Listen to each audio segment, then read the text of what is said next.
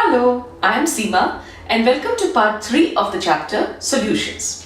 In part 2, I explained the different ways of expressing concentrations of solutions to you. Let us now solve a few numerical problems based on this. I'm doing a few solved examples and one in-text question, and I think that should suffice, and the rest, a little bit of a practice from your side, would make you really confident in this. And the reason that I'm not going to do too many problems here is because you have actually done these problems in the first chapter in class 11. When you did this, when you did some basic concepts of chemistry, you have done this. So this is in a way just a reminder of that. Here's your first question. The question is, calculate the mole fraction of ethylene glycol, that is C2H6O2, in a solution containing 20% of C2H6O2 by mass. Whenever you solve any numerical problem, you are supposed to go in for the definition of everything that is asked, and then once you know the definition, you know what is it that is required of you and what is it that is given. So based on what is given, the question always has information about what is required for the final equation. And that information may either be direct or it may be indirect. So you have to calculate the mole fraction. What is mole fraction? The definition of mole fraction is that it is represented by X and is equal to the number of moles of that particular component divided by the total number of moles of all the components. So what are the components that we have? We have ethylene glycol, and in a solution containing 20% of ethylene glycol by mass. Whenever the solvent is not mentioned, we assume the solvent is water.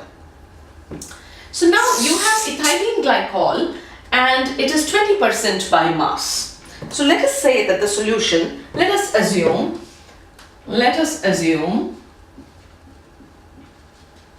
that the solution weighs 100 grams. So we assume that the solution weighs 100 grams. So when you say you have you have to calculate the mole fraction of ethylene glycol in a solution containing 20% of ethylene glycol by mass. If you have 100 grams of the solution, 20% of it, which means 20 grams of it, should be ethylene glycol and 80 grams of it should be water.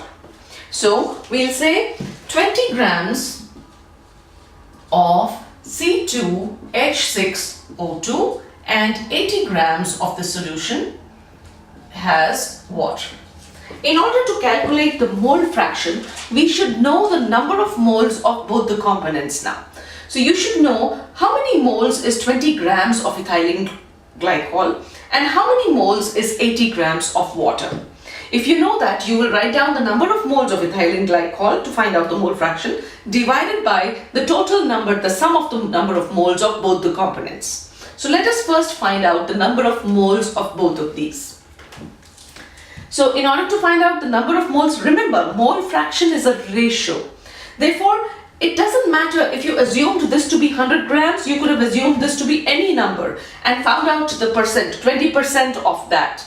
And you would still arrive at the same answer because the ratio of these two would still be the same. Now let us calculate the molar mass of ethylene glycol. Let us call it M1. In order to calculate the molar mass of ethylene glycol, or MC2H6O2, what do we need to do? We need to find out the sum of all the masses of all the atoms present in the molecule. So you have 2 atoms of carbon, so you have the mass of carbon is 12, so 12 into 2 plus you have 6 atoms of hydrogen and the mass of 1 atom of hydrogen is 1 into 6 plus there are 2 atoms of oxygen and the mass of 1 atom of oxygen is 16 into 2, right? So you will get this to be equal to 24 plus 6 plus 16 2s are 32. And 24 plus 6 is 30, 30 plus 32 is 62, right? So 62 grams per mole is the molar mass of ethylene glycol. 62 grams per mole. And If this is the molar mass of ethylene glycol, let us find out the number of moles. How would you find out the number of moles? Number of moles of ethylene glycol of C2H6O2 would be equal to the number of moles is the mass upon the molar mass. Mass of the compound upon its molar mass will give you the number of moles. So mass upon molar mass, the mass is 20 grams and molar mass is 62 grams per mole. 62 grams per mole.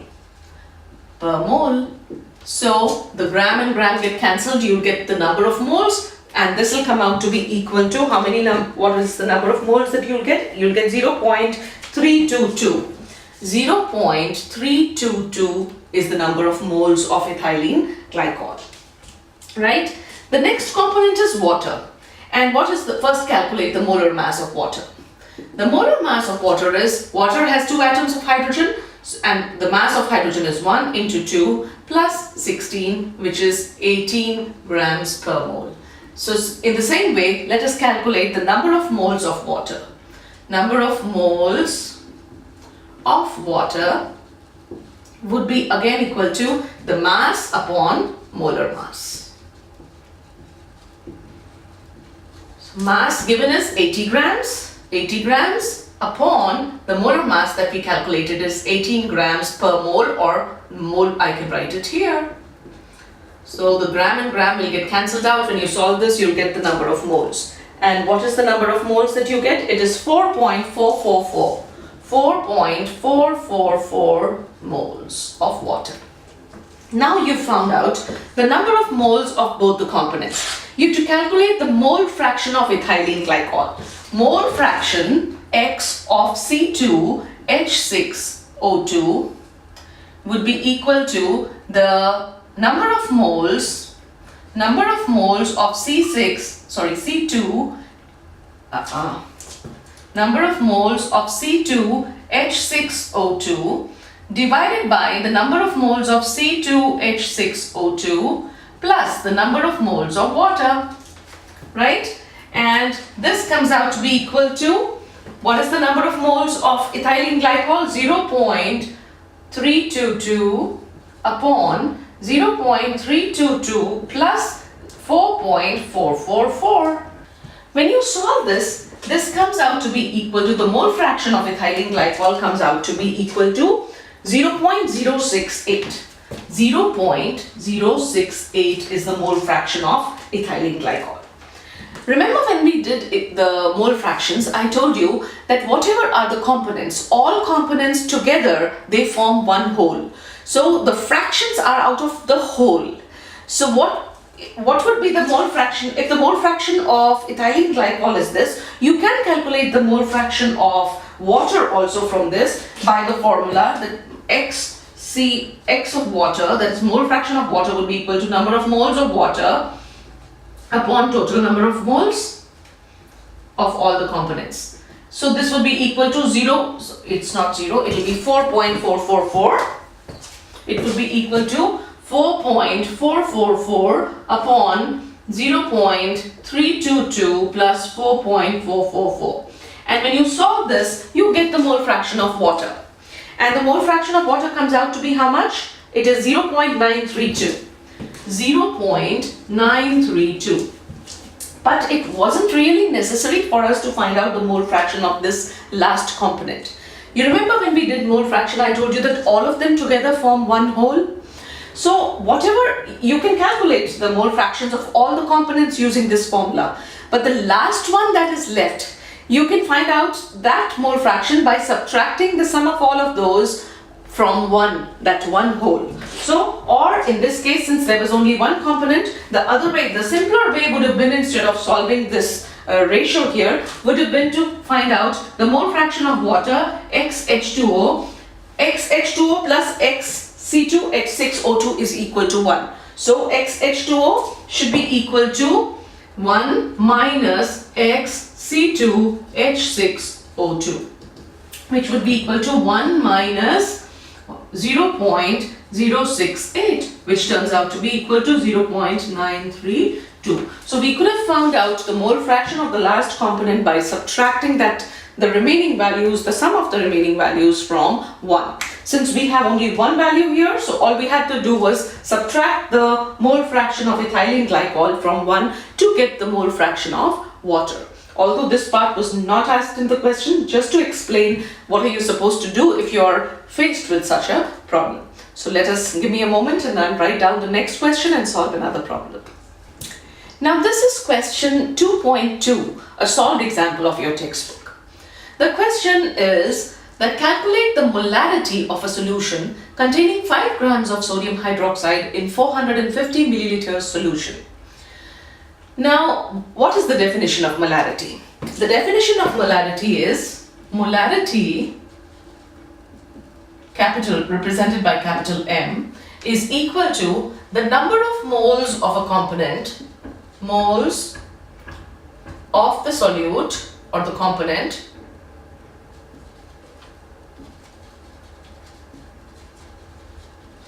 divided by the volume of the solution in liters. Right? This is the definition. Now what are we looking for? What do we need to know? We need to know the number of moles of the component. What is the component? Sodium hydroxide. That is our first requirement. And we need to find out the volume of the solution in liters. So if we have both of these, we can calculate the molarity. What have we been given? We've been given that there is 5 grams of sodium hydroxide. So that is the component that we are talking of. So we need to first find out the number of moles of sodium hydroxide. To do that, we need to find out the molar mass of sodium hydroxide, MnAOH. Molar mass of sodium hydroxide is equal to, what is the molar mass equal to? It is the mass, the molar mass is sum of the masses of all the atoms present in the molecule. So the mass of sodium is 23, the mass of oxygen is 16, and the mass of hydrogen is 1. So 23 plus 1 is 24 plus 16 is 40. So 40 grams per mole is the mass of sodium hydroxide. Now you have to find out the number of moles. The number of moles N of sodium hydroxide, NaOH, would be equal to the mass upon molar mass. Mass upon molar mass. So what is the mass given to us? 5 grams. And what is molar mass? It is upon molar mass given to us is 40 grams per mole. Grams, mole, inverse. So the grams and grams will get cancelled, mole will go up, and you will get this to be the 5 upon 40 will come out to be equal to 0.125 mole. This would be equal to 0.125 mole. Right? That is the number of moles of sodium hydroxide that you get.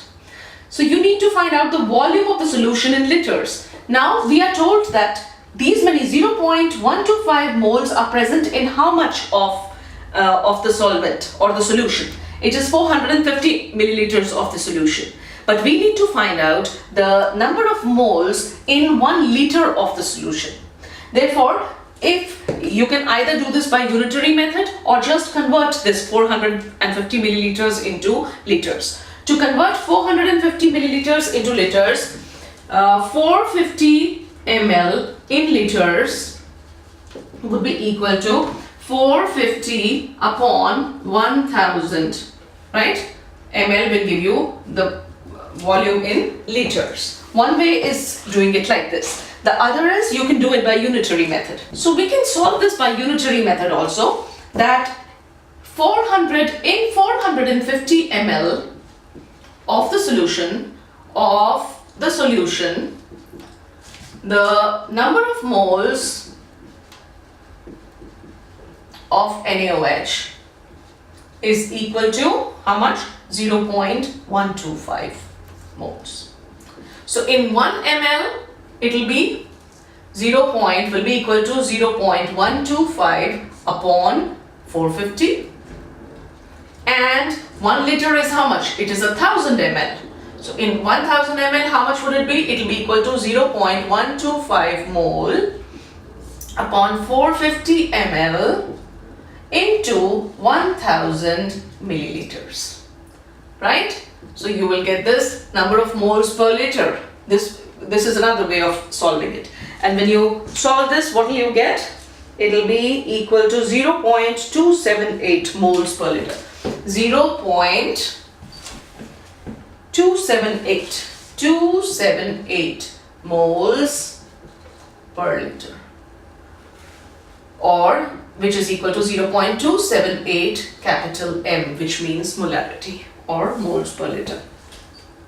So that is how you would solve the problem, or you would have arrived at the same thing. It would have been equal to the volume. You would have calculated this, and when you put the molarity would have been equal to, here by this formula, molarity would have been equal to 0.125 upon 450 into 1000 liter, and this would have been also, you would have come to the same answer, that is 0.278 moles per liter, right? So give me a moment to write the next question now. Alright, let us now solve the problem 2.3. This is also the solved example, and in this we are going to calculate molality. The question says, calculate the molality of 2.5 grams of acetic acid in 75 grams of benzene.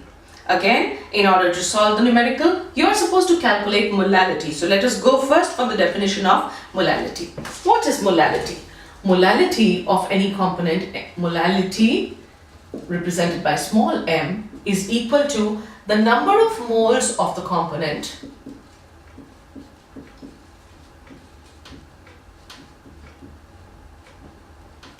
divided by the mass of the solvent in kgs, right? The mass of the solvent should be in kilogram and the number of moles of the component. So again, what are we given? We are given only the mass of the component and the mass of the solvent, that is benzene. So you have 2.5 grams of acetic acid in 75 grams of benzene. So we need to find out the number of moles of acetic acid first, and then the 75 grams of benzene should be converted into kgs, and that ratio will give us the molality. Let's get to it. Let's write down first find out the molar mass of acetic acid. CH3COOH. Let's find out the molar mass. C is 12. There is one carbon atom. Mass is 12 into 1 plus. There are 3 hydrogens here plus 1 hydrogen here. The mass of one hydrogen is 1, and there are 4 hydrogens, so into 4 plus. There are 2 oxygens. Oh, there are 2 carbons, so 12 into 2 we'll do it. And how many oxygens? 2 oxygens. 2, and the mass of oxygen is 16 into 2. When you find out the mass of acetic acid, there are 2 carbons, 4 hydrogens and 2 oxygens. So this would be 24 plus 4 plus 16, 2 is 32, and this would be equal to 28, 30, 0 and 6, 60, right? Yeah. 60 grams per mole is the mass of acetic acid. Now, how would you find out the number of moles? The number of moles of acetic acid, CH3COOH, is equal to the mass given upon the molar mass. The number of moles of any component is equal to the mass given upon the molar mass. The mass given is how much? 5 grams, isn't it? No, 2.5 grams. 2.5 grams of acetic acid is there, and its molar mass that we have calculated is 60 grams per mole. So the grams and grams will get cancelled, we'll get the number of moles, and when you calculate this, the number of moles comes out to be equal to 0.0417. 0.0417 moles. So this is the number of moles of acetic acid that you have. You're given the mass of the solvent in grams. You have to calculate in kilograms. So 75, how many? 75 grams, you have to convert 75 grams to kgs. This is something that you've done in earlier classes, the unit factor method. I'll just deliberately put that in to remind you of that also. We know 1,000 grams make 1 kg, right? So what are the two unit factors you'd get? 1 kg upon 1,000 grams and 1,000 grams upon 1 kg. So in the unit factor method, when you want to change the unit, you want to change 75 grams in kg. So you want kg in the numerator. So you'll use this unit factor. So 70 and multiply it by this unit factor. So 75 grams into 1 kg upon 1,000 grams. 75 upon 1,000 grams will give you the mass in kgs. So we'll use, which is equal to 75 upon 1,000 kgs, right? And now let us substitute this. Molarity is molality. Or we could write small m. Molality of CH3COOH would be equal to the number of moles of acetic acid is 0.0417 moles divided by the mass in kgs, that is 75 into 1,000 kg. So which should be equal to, when you solve this, you'll get the answer in moles per kg, which is molality, and this will be 0.556 moles, 0.556 moles per kilogram, which is molality, right? Now I'll solve just one in-text question, and after that I think you should be good to go and solve the remaining problems yourself, and we would be able to proceed to the next topic. Give me a moment to write down that question. Now this is 2.1 in-text question. The question reads, calculate the mass percentage of benzene and CCl4, that is carbon tetrachloride, if 22 grams of benzene is dissolved in 122 grams of carbon tetrachloride. Again, what is the definition of mass percentage? Mass percentage is equal to the mass of the component upon total mass of the solution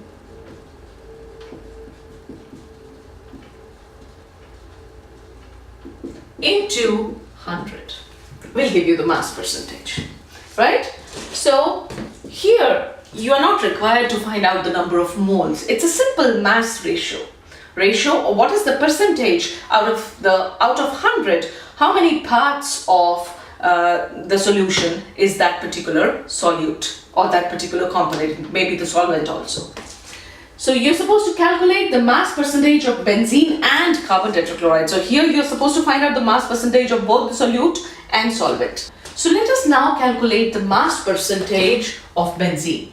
Mass percentage of C6H6 would be equal to the mass of C6H6 upon the total mass of C6H6 plus mass of CCl4 into 100. So what is the mass of C6H6? Is 22 grams, and the sum of the two, 22 plus 122 into 100 will give you the mass percentage, which is equal to 22 upon 144 into 100, right? And when you solve this, 22 upon, you'll get 15.27 or 15.3 approximately, you can say, percent, right? Now there are two ways how you can find out the mass percentage of the other component. You remember when we did the problem where I told you the mole fractions of all the components, the sums of the mole fractions comes out to be equal to 1. Similarly, when you're talking of 100 parts, which is the total solution, then the sum of all the components of the solution should come out to be equal to 100. So there are two ways of finding out the mass percentage of the other component. One is so the mass percentage of CCl4 could be calculated as 100 minus this 15.3, should give you the mass percentage of CCl4. And when you solve this, how much does it come out to be? 84.7. 84.7% you can get this. Or the other way would be to use the same method, mass percentage, use the same formula of CCl4 would be equal to mass of CCl4 divided by sum of all masses. Sum of all masses of all the components, or masses of all the components, which would be equal to mass of CCl4 is how much? It is 122. 122 upon 122 plus 22, which is equal to 122 upon 144 into 100 here to get the percentage, would also be equal to 84.7%. So you can calculate the mass percentages by this. Now, I have solved problems on basically all kinds. The volume ratios, in the case of volume ratios, you will have only volume by volume, or in the case of mass and volume, you will have mass in the numerator and volume in the denominator, and into 100, that is the mass percentage or the volume percentage can be calculated. And in parts per million, instead of 100, you have 10 to the power 6, and you solve the numerical problems. So now I would encourage you to solve as many numericals as you can, because that will give you practice to solve them very easily during your exams. And with this, I'll finish this video. If you found it helpful, please give it a thumbs up, subscribe to my channel, and please help me to spread word about my channel, because I have noticed that a lot of children keep writing to me that we had no idea that there is such a channel on YouTube. So I would really appreciate it if you could help me spread word about my channel. Thank you for watching, and bye-bye for now.